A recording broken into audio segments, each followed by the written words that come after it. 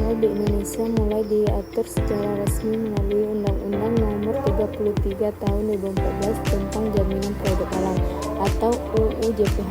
Undang-undang ini menjadi dasar hukum untuk memastikan semua produk yang beredar, dikonsumsi dan digunakan masyarakat terjamin kehalalannya. Sebagai tidak lanjut, pemerintah membentuk BPJPH, yaitu Badan Penyelenggara Jaminan Produk Halal di bawah Kementerian Agama. Sebelum BPJPH berdiri, proses sertifikasi halal dilakukan oleh LPPOM MUI, tetapi sejak 2019 sistemnya beralih agar lebih transparan dan terintegrasi dengan negara.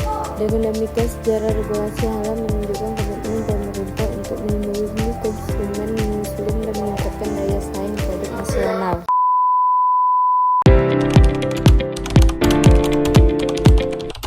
Pertama, persiapan dokumen dan data usaha sebelum mendaftar. Pelaku usaha harus menyiapkan dokumen penting seperti KTP, NIP, NPWP daftar, bahan baku dan pemasok, proses produksi serta foto label atau kemasan produk. Semua bahan wajib halal, jika ragu bisa konsultasi dengan pendamping. Selanjutnya yang ketiga, proses pendampingan sertifikat halal. Pendamping membantu pelaku usaha dalam seluruh proses sertifikasi dari pengisian data, audit dokumen hingga pengecekan bahan. Pendamping resmi dari BPJPH dan LPH seperti LPPOM memastikan proses berjalan cepat, minim revisi dan sesuai aturan. Nah, yang keempat, pemeriksaan atau audit halal. Produk akan diperiksa oleh lembaga pemeriksa halal LPH melalui audit bahan dan proses produksi, pengujian di laboratorium, serta pembuatan laporan hasil pemeriksaan. Tujuannya memastikan semua bahan dan proses benar-benar halal. Nah, yang keenam, ada penetapan fatwa halal oleh MUI. Hasil audit diserahkan ke MUI untuk menetapkan fatwa halal jika produk menentukan seluruh ketentuan. MUI akan menetapkan fatwa halal sebagai dasar penerbitan sertifikat. Nah, yang ketujuh, ada penerbitan sertifikat halal oleh BPJPH. Tahap akhir, BPJPH menerbitkan sertifikat halal berdasarkan fatwa MUI. Sertifikat dikirim secara digital melalui halal dan dapat dicetak oleh pelaku usaha.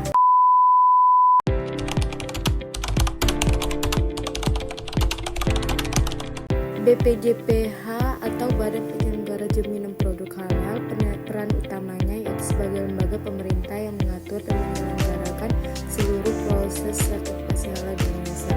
Tugas dan wewenang BPJPH yaitu menetapkan kebijakan standar dan sistem jaminan produk halal, menerima dan memverifikasi permohonan sertifikasi halal dari pelaku usaha menuju LPH, lembaga pemeriksaan halal, untuk melakukan pemeriksaan pengujian produk, menerbitkan sertifikat halal setelah mendapatkan penetapan kehalalan dari MUI, melakukan registrasi dan pembinaan terhadap auditor halal. LPH dan penyelia halal melakukan pengawasan dan pencabutan sertifikat jika ditemukan pelanggaran. Nah, yang kedua, LPH, lembaga pemeriksa halal.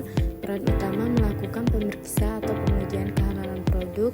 Tugas LPH melakukan audit halal ke lokasi produksi, bahan baku, hingga distribusi produk, mengambil sampel produk untuk diuji di laboratorium jika diperlukan, menyusun laporan hasil pemeriksaan halal, audit halal yang kemudian diserahkan kepada BPJPH dan MUI, memastikan proses produksi sesuai dengan sistem jaminan produk halal.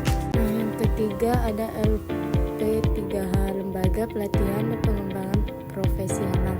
Peran utamanya lembaga yang melatih dan mengembangkan kompetensi sumber daya manusia di bidang halal.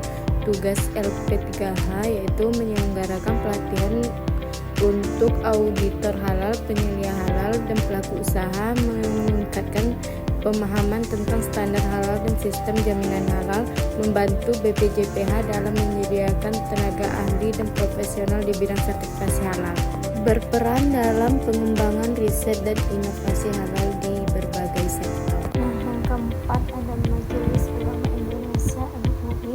Peran utamanya adalah menetapkan kehalalan suatu produk berdasarkan hasil pemeriksaan LPH. Tugas MUI melalui Komisi Fatwa MUI melakukan sidang fatwa halal untuk memutuskan status kehalalan produk. Pendirian penetapan kehalalan fatwa halal sebagai dasar bagi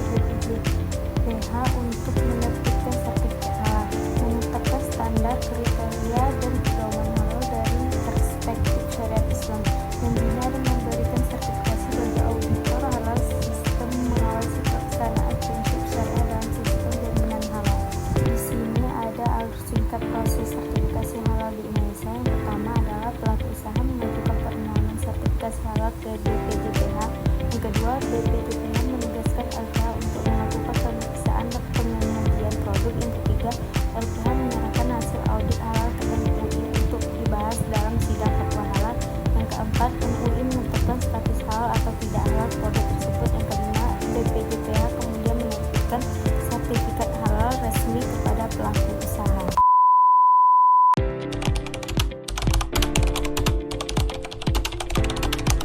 Tantangan terbesar bagi pelaku usaha mikro yang kecil UMKM dalam memperoleh sertifikasi halal adalah kurangnya pengetahuan tentang proses dan persyaratan sertifikasi, keterbatasan biaya, serta sulitnya mengurus dokumen administrasi yang dibutuhkan. Banyak pelaku UMKM yang belum memahami pentingnya sertifikasi halal sebagai jaminan kepercayaan konsumen. Solusi yang dapat dilakukan antara lain dengan memberikan sosialisasi dan pelatihan rutin dari BPJPH serta lembaga pendamping halal, menyediakan program sertifikasi halal gratis atau bersubsidi dan mempermudahkan proses melalui sistem online terpadu. Selain itu, pendamping administrasi serta meningkatkan kesadaran tentang pentingnya produk halal harus dilakukan agar UMKM dapat lebih mudah dan cepat memperoleh sertifikat halal.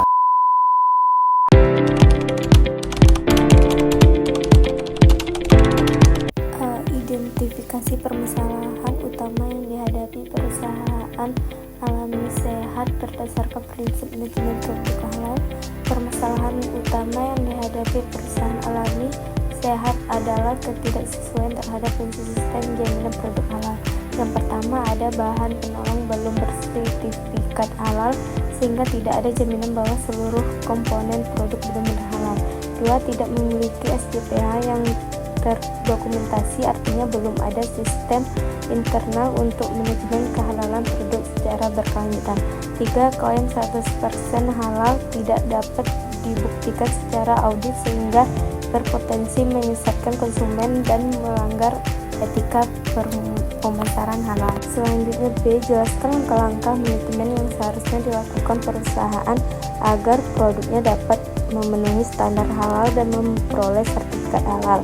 Agar produk dapat memenuhi standar halal dan memperoleh sertifikat halal, perusahaan perlu melakukan langkah-langkah berikut.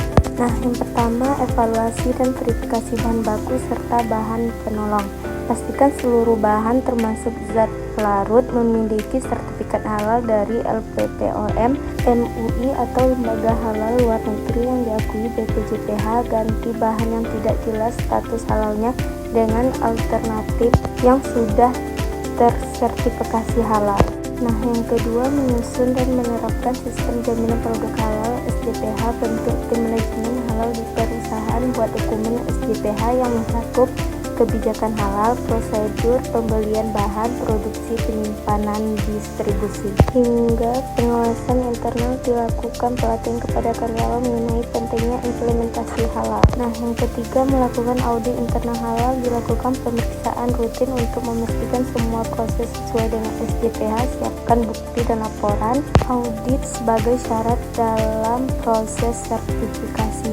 Yang keempat, mendaftar ulang ke BPJPH setelah semua bahan dan sistem memenuhi standar halal. Ajukan kembali permohonan sertifikasi halal melalui sehalal sistem pendaftaran online BPJPH. Ikuti proses pemeriksaan dan penetapan halal dan BPJPH bersama LPH dan MUI. Nah, menurut kalian apa pelajaran penting yang dapat diambil oleh pelaku usaha dari kasus tersebut? Dari kasus ini terdapat beberapa pelajaran penting yang dapat diambil oleh pelaku usaha. Pertama, klaim halal harus didukung bukti dan dokumen yang sah, bukan sekedar strategi pemasaran. Kedua, penerapan SJPH bukan hanya kewajiban administrasi, tetapi juga bentuk tanggung jawab moral kepada konsumen. Ketiga, kesiapan sistem dan perlengkapan dokumen sejak awal dan mempermudahkan proses sertifikasi dan meningkatkan kredibilitas usaha. Akhirnya, kasus alami sehat mengajarkan bahwa manajemen halal merupakan bagian dari manajemen mutu yang membangun kepercayaan dan reputasi merek di mata masyarakat. Dengan menerapkan SJPH dan memastikan seluruh bahan bersertifikat halal, perusahaan seperti Alami Sehat tidak hanya memenuhi regulasi, tetapi juga membangun kepercayaan dan reputasi positif di pasar produk halal. Makes it hard.